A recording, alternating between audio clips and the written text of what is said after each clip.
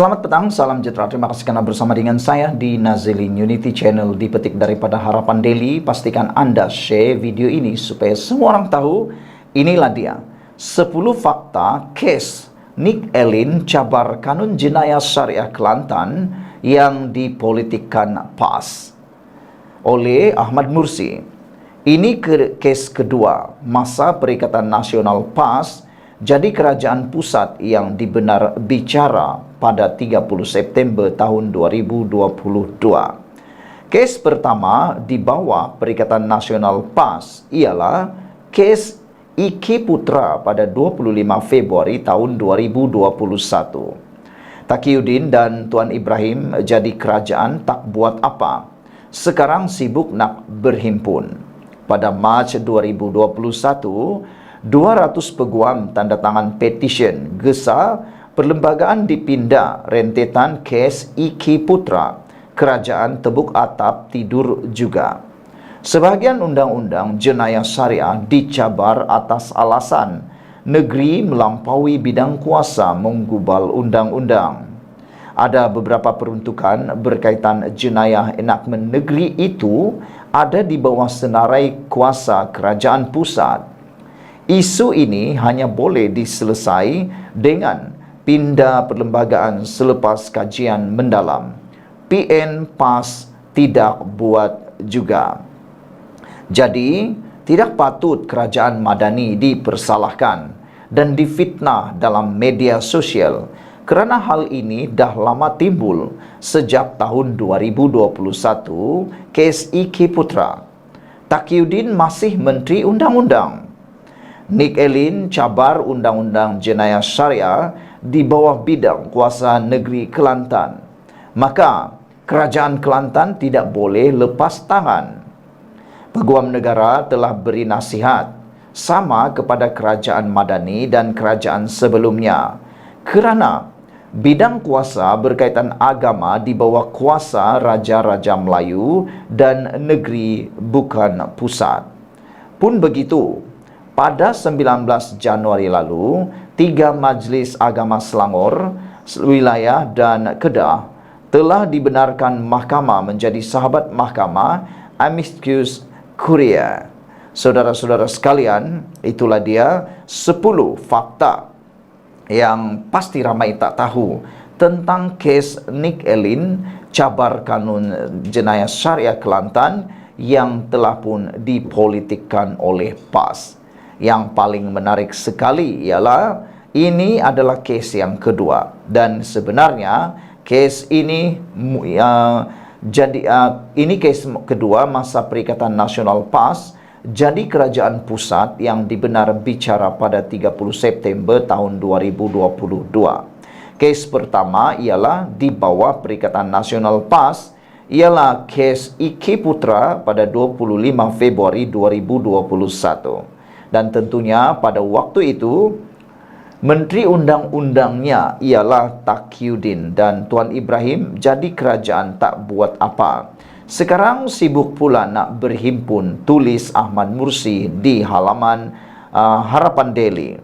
Pada Mac 2021 pula, 200 lagi peguam menandatangani petisyen besar perlembagaan dipindah rentetan kes Iki Putra. Kerajaan tebuk atap tidur juga. Ini yang ramai tak tahu. Sebahagian undang-undang jenayah syariah dicabar atas alasan negeri melampaui bidang kuasa menggubal undang-undang. Ada beberapa peruntukan berkaitan jenayah enakmen negeri itu ada di bawah senarai kuasa persekutuan atau pusat. Isu ini hanya boleh selesai dengan pindah perlembagaan selepas kajian mendalam. PN PAS tidak buat juga. Jadi, saudara-saudara sekalian, untuk maklumat anda semua, anda wajib share video ini supaya semua orang tahu. Tidak patut kerajaan madani dipersalahkan dan difitnah dalam media sosial. Kerana hal ini dah lama timbul, yaitu sejak 2021 lagi, yaitu pada zaman kes Iki Putra. Taqiyuddin masih Menteri Undang-Undang pada waktu itu. Apa yang Taqiyuddin buat, kata penulis ini? Nikelin cabar Undang-Undang Jenayah Syariah di bawah bidang kuasa negeri Kelantan, maka Kerajaan Kelantan tidak boleh lepas tangan. Peguam negara telah beri nasihat sama kepada Kerajaan Madani dan kerajaan sebelumnya kerana bidang kuasa berkaitan agama di bawah kuasa Raja-Raja Melayu dan negeri bukan pusat. Pun begitu, pada 19 Januari lalu, 3 Majlis Agama Selangor, Wilayah dan Kedah telah dibenarkan mahkamah menjadi sahabat mahkamah Amicus Curiae. Saudara-saudara sekalian, apa yang menjadi kepatutan kepada kita semua ialah tidak patut Kerajaan Madani dipersalahkan dan difitnah dalam media sosial kerana hal ini dah lama timbul sejak 2021 lagi. Taqiyuddin masih Menteri Undang-Undang pada waktu itu. Sekian dulu untuk kali ini. Jangan lupa share video ini. Malaysia kita punya. Kita jaga sama-sama cintai Malaysiaku. Bye-bye. Selamat pagi, salam sejahtera. Terima kasih kerana bersama dengan saya di Nazilin Unity Channel. Ini satu pengakuan dan satu pendedahan daripada Anwar Ibrahim yang benar-benar mengejutkan kita semua.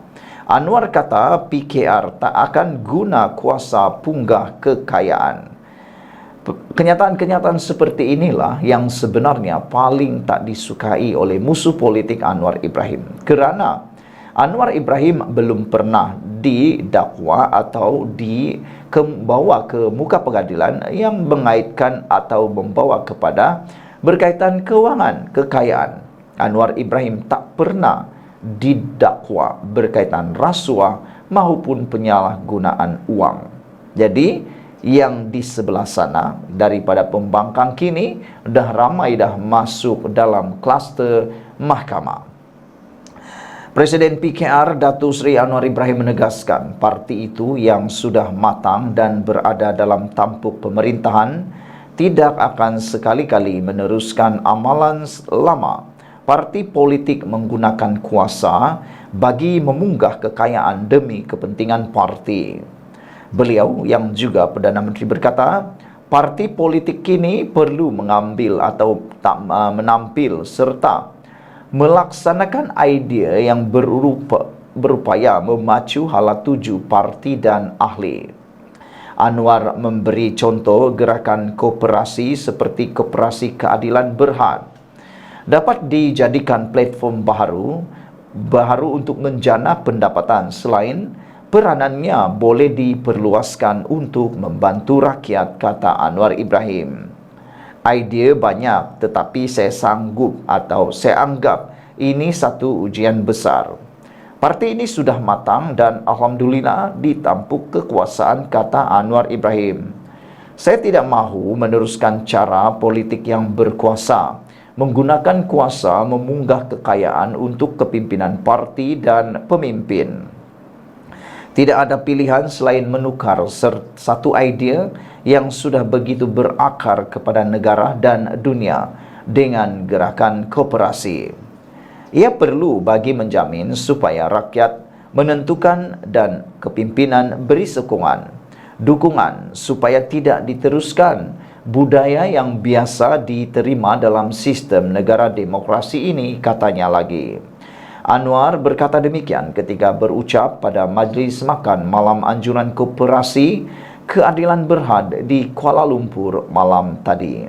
Dalam masa yang sama, Anwar Ibrahim mahu PKR menggarap agenda reformasi dalam pengurusan, haluan dan idea untuk membangunkan ekonomi demi membantu rakyat. Sehubungan itu, Anwar berkata adalah penting untuk semua pemimpin parti menyatakan sokongan bagi memastikan agenda reformasi dalam parti politik meneruskan gerakan koperasi dapat dicetuskan. Saya akan pantau jika ada yang tidak memenuhi atau membantu menjayakan usaha reformasi melalui koperasi. Saya fikir penting untuk parti politik sedar bukan sekadar berkuasa untuk kepentingan peribadi, kata Anwar Ibrahim. Ia lebih kepada usaha dan curahan khidmat untuk menjayakan agenda reformasi. Sokongan syarikat korporat juga begitu penting, dan saya harap dengan permulaan ini parti politik tidak lagi fikir koperasi sewaktu zaman pra atau pasca kemerdekaan, kata Anwar lagi. Saudara-saudara sekalian, ini satu perkara yang paling kita minati. Sekian dulu untuk kali ini. Jangan lupa tinggalkan komen Anda, tekan butang subscribe. Malaysia kita punya, kita juga sama-sama cintai Malaysiaku. Kita jumpa lagi, bye-bye. Selamat petang, salam sejahtera. Terima kasih karena bersama dengan saya di Nazilin Unity Channel. Isu paling hangat berkaitan politik Malaysia hari ini ialah melibatkan Parti Bersatu yang juga adalah presidennya, yaitu Muhyiddin Yassin. Banyak cakap-cakap di luar mengatakan bahawa Muhyiddin sepatutnya letak jawatan atau memberikan ruang kepada pemimpin baru untuk mentadbir atau membawa Bersatu bangkit semula. Ini kerana kata mereka, 4 pemimpin yang telah menyokong Datuk Seri Anwar Ibrahim menunjukkan dan membayangkan bahawa Parti Bersatu dalam keadaan yang kritikal, yang mana ia mungkin tidak dapat lagi mengimbangi kekuatan PAS di dalam Perikatan Nasional. Tetapi hari ini kita digemparkan dengan keputusan daripada Parti Bersatu. Semalam ramai yang kata mungkinkah Muhyiddin akan dilucutkan jawatan sebagai Presiden Parti Bersatu. Ini jawapan yang kita peroleh daripada Perhimpunan Agung Tahunan Bersatu hari ini. MPT Bersatu kini mengumumkan setuju Muhyiddin tak pertahan jawatan. Itu adalah kata daripada Hamzah Zainuddin. Majlis Pimpinan Tertinggi MPT Bersatu bersetuju dengan keputusan presidennya, iaitu Muhyiddin Yassin, untuk tidak lagi mempertahankan jawatan dalam pemilihan parti tahun depan. Menjadi pertanyaan pada petang ini ialah siapa yang bakal menggantikan Muhyiddin Yassin. Itu pertama. Kerana kata Peja semalam, ada ramai yang boleh menggantikan Muhyiddin Yassin dalam Parti Bersatu. Beliau menyebut antaranya Radzi Jidin, Ronald Kiandi, Hamzah Zainuddin, dan kata beliau ada beberapa orang lagi, dan mungkin juga beliau segan menyebut bahawa beliau juga sebenarnya layak untuk menjadi presiden kepada Parti Bersatu. Itu isu pertama, siapa yang layak menggantikan Muhyiddin Yassin. Kedua, yang menjadi pertanyaan ialah, adakah dengan pengunduran diri Muhyiddin sebagai Presiden Parti Bersatu ini tidak akan menyebabkan Parti Bersatu berpecah? Kerana kebanyakan kalinya apabila pemilihan parti, khususnya Presiden, sekiranya bertanding, ada yang dipertandingkan dan ada pula 1 lawan 1 atau 2 dalam 3 penjuru, itu akan melibatkan blok dan juga kumpulan-kumpulan tertentu dalam parti tersebut. Mampukah Parti Bersatu bangkit semula dengan keadaan seperti itu? Saudara-saudara sekalian, bagaimanapun, Setiausaha Agung Bersatu Hamzah Zainuddin hari ini, mereka tidak dapat menerima jika Muhyiddin mahu berundur lebih awal.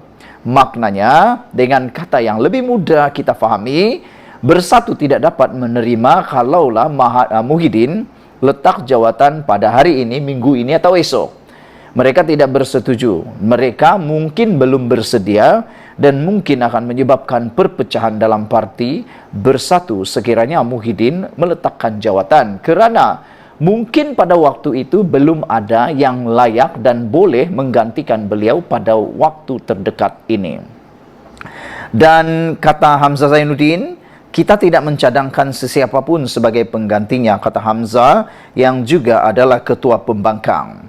Beberapa komen daripada netizen berkaitan dengan isu ini di dalam halaman Malaysia Kini menulis, Red Patriot 2782 menyebut, Faizal Azumu as Deputy President supposed to be automatically replace the President. Beliau mencadangkan kata, Peja yang merupakan timbalan Presiden Parti Bersatu sepatutnya boleh menukar Muhyiddin secara automatik.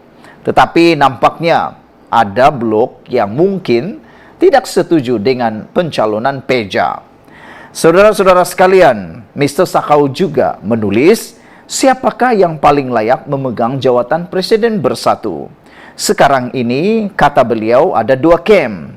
Kem yang pertama dan kem yang kedua. Mungkinkah kem itu menyebut Peja dan Hamzah Zainuddin? Kita pun tak tahu. Adakah Anda juga mendapat menjangkakan dua kem tersebut? Kerana netizen cuba meneka. Mereka kata, mungkinkah kem tersebut adalah melibatkan Peja dan juga Hamzah Zainuddin? Siapa yang lebih layak? Seorang lagi mengatakan dalam dua kem itu pula ada lagi kem. Berkem-kemlah di dalam kem itu, kata beliau. Buat JRR, kem ketiga iaitu kem podcast Khairi Jamaluddin atau KS. Tak tahulah siapa itu KS. Sekian dulu untuk kali ini. Jangan lupa tinggalkan komen Anda, tekan butang subscribe. Malaysia kita punya, kita jaga sama-sama, cintai Malaysiaku. Bye-bye.